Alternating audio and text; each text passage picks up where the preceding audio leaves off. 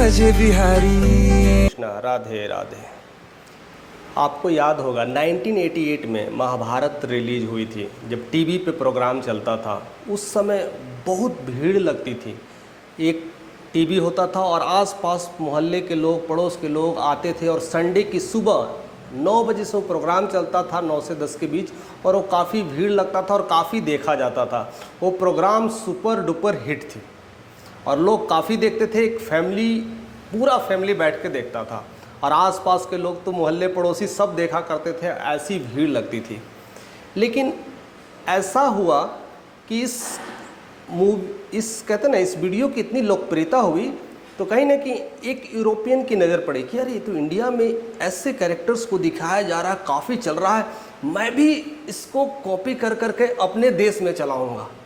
और उस यूरोपियन ने सब कुछ एज डिटो सारा कट कॉपी वाला किया, और सारी जो लैंग्वेज थी वो सारी इंग्लिश में स्क्रिप्ट कर दी गई। सब कुछ ठीक था, सब कुछ A to Z कैरेक्टर्स को रखा गया था, लेकिन एक कैरेक्टर को रखना वो भूल गए थे, और वो था कैरेक्टर कृष्ण को। उन्हें लगा कि ठीक है, एक कैरेक्टर नहीं है तो भी बैलेंस हो सकता है, सब कुछ तो अच्छा है, सब कुछ चलाया जा सकता है। और शायद वो कृष्ण को समझ नहीं पाया, और इस वजह से वहाँ रिलीज हुई, और वो कहते ना सुपर डुपर फ्लॉप हुई थी, और वो बंद हो गई थी सीरियल।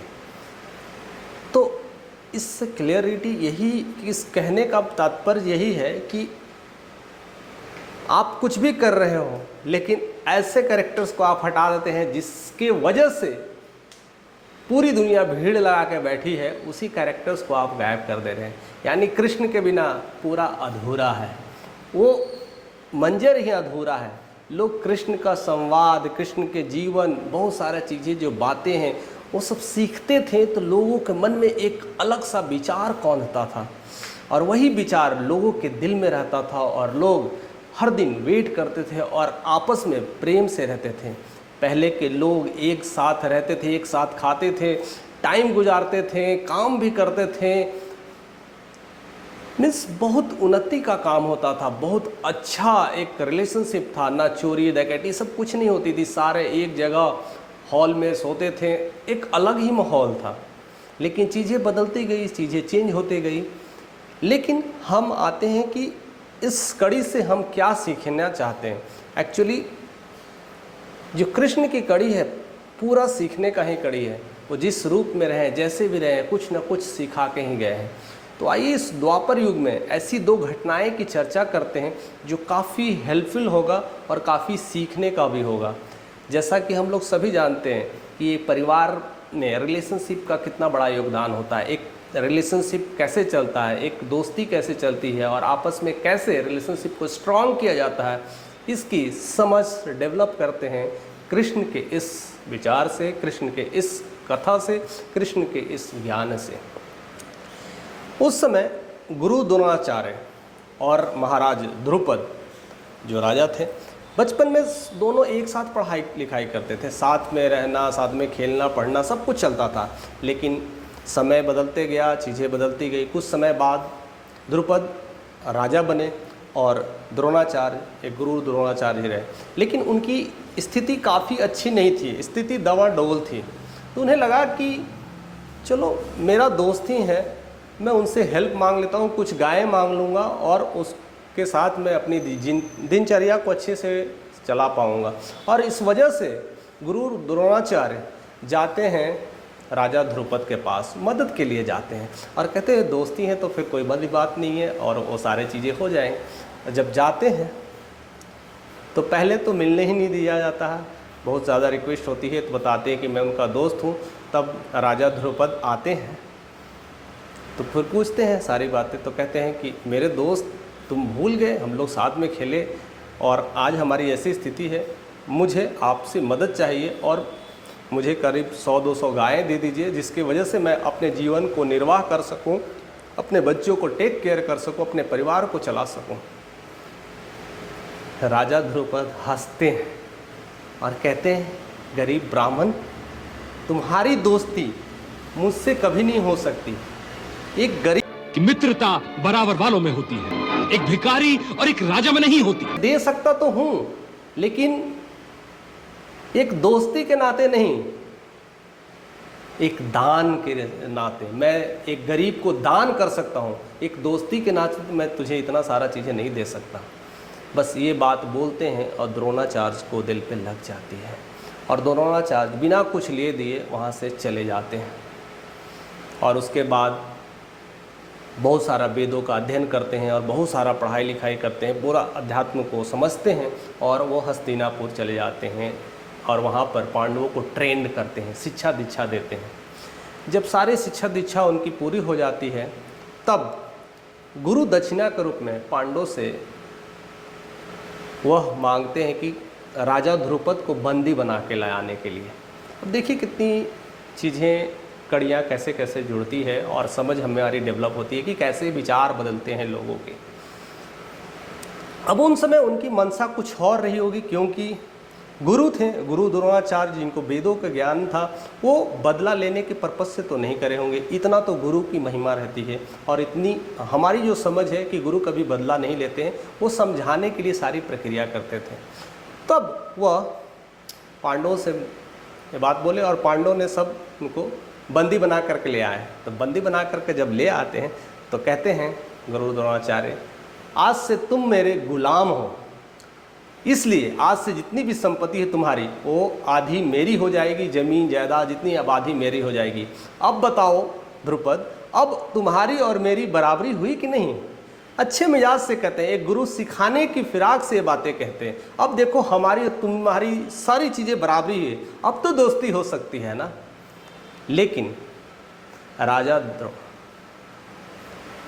ध्रुपद वह उसको दूसरे एंगल से ले लेते हैं, वह एक बदले की भावना से ले लेते हैं, वह एक दुश्मनी की भावना से ले लेते हैं। अच्छा, ये गरीब ब्राह्मण किसी की मदद ले कर करके मुझे सिखाने चला है, अब मैं सिखाऊंगा इसे कि कैसे दंड दिया जाता है। और उसका परिणाम हुआ कि अपने बच्चे जब उनके हुए थे प्रद्युम्न, उनको उनके खिलाफ ट्रेंड किए थे कि द्रोणाचार्य को कैसे मारना है। तो ये एक ऐसी राइवलरी हो रही थी, ये भी द्वापर युग में ही चल रहा था। एक ऐसी स्थितियाँ, एक ऐसा रिलेशनशिप।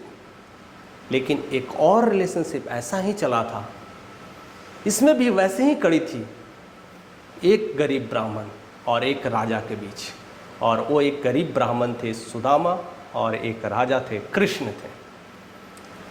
सुदामा की भी स्थिति बहुत खराब थी, और इतना खराब थी कि अपने बच्चों को खाना तक भी नहीं दे पाते थे, बच्चे भूखे तड़प रहे थे।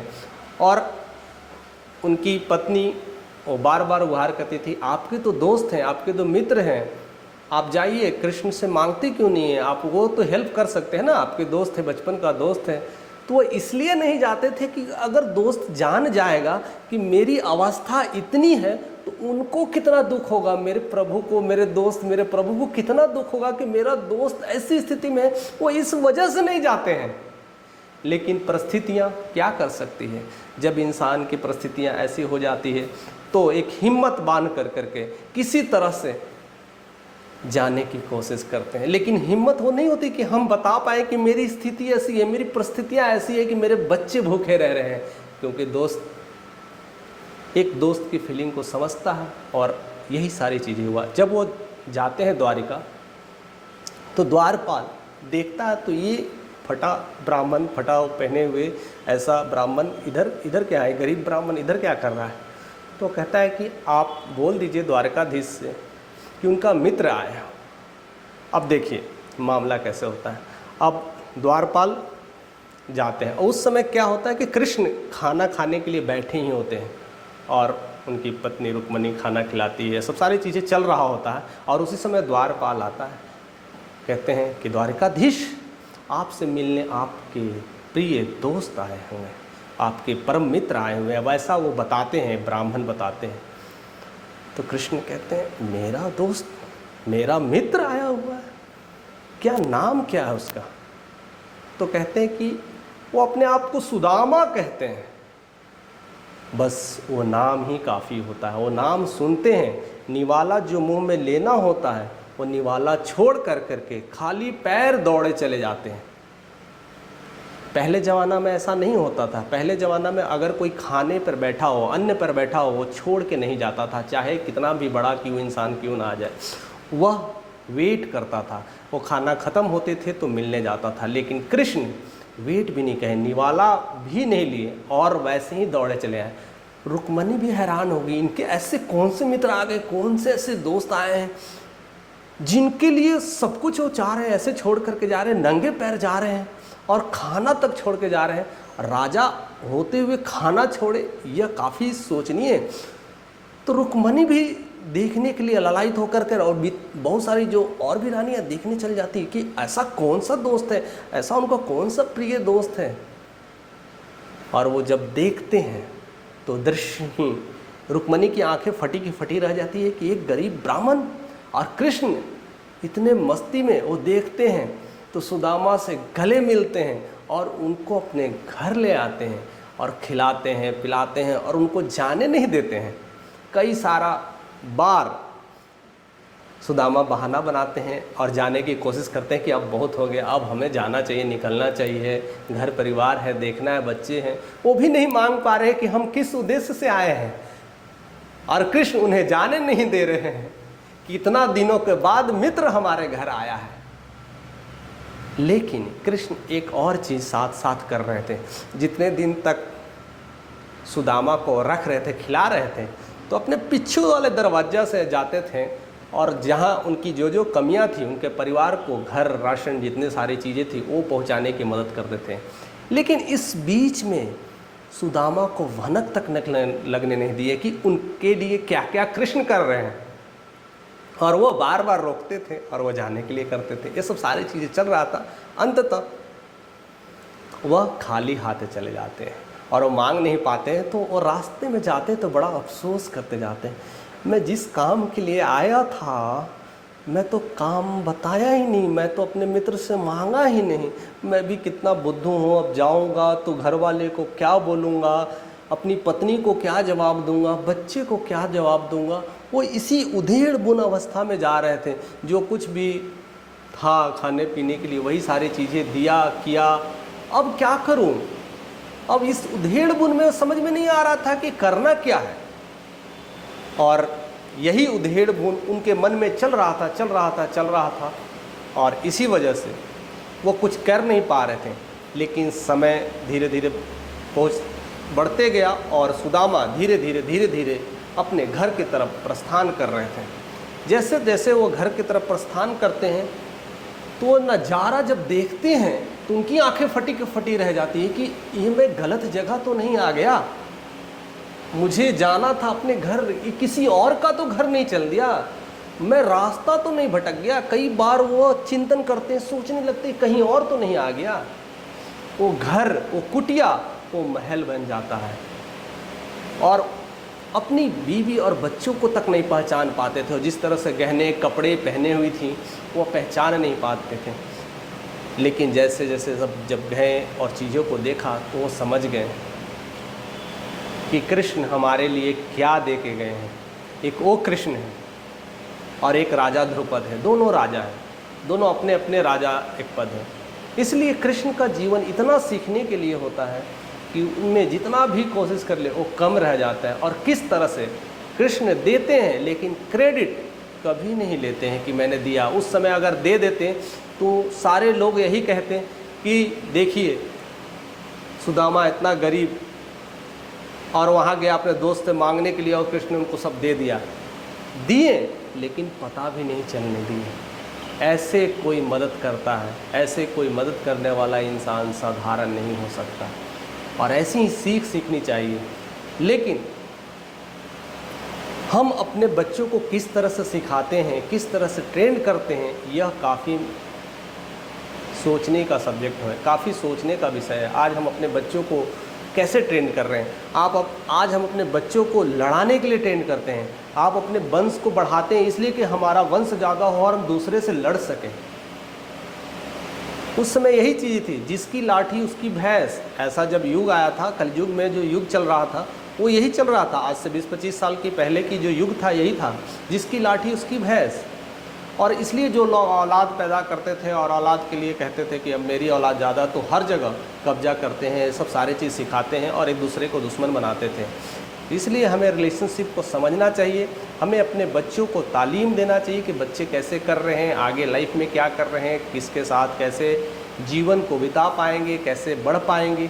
ये सब सारा चीज़ द्वापर युग से सीखने को मिलता है और साथ में कृष्ण की जो कहानियाँ हैं उनसे सीखने को मिलता है।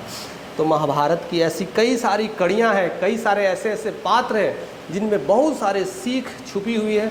हम एक एक करके उसको आप तक रखने की कोशिश करेंगे। आप हमारे साथ ऐसे ही बने रहें, मैं ऐसे ही कहानियाँ लाया करूँगा और ऐसे ही उनके दिलचस्प बातें हैं जो खास करके अपने घर परिवार से जुड़ी होती है, मैं वह भी आप तक लाने की कोशिश करूंगा, जिससे एक नई समझ डेवलप हो, एक नया संस्कार डेवलप हो और हमारे बीच जो राइवलरी चल रही है उस राइवलरी को कम किया जा सके और अच्छा एक परिवार और खुशनुमा परिवार का निर्माण कर सके। तो ऐसे ही हमारे साथ बने रहिए। बोलो जय श्री कृष्ण।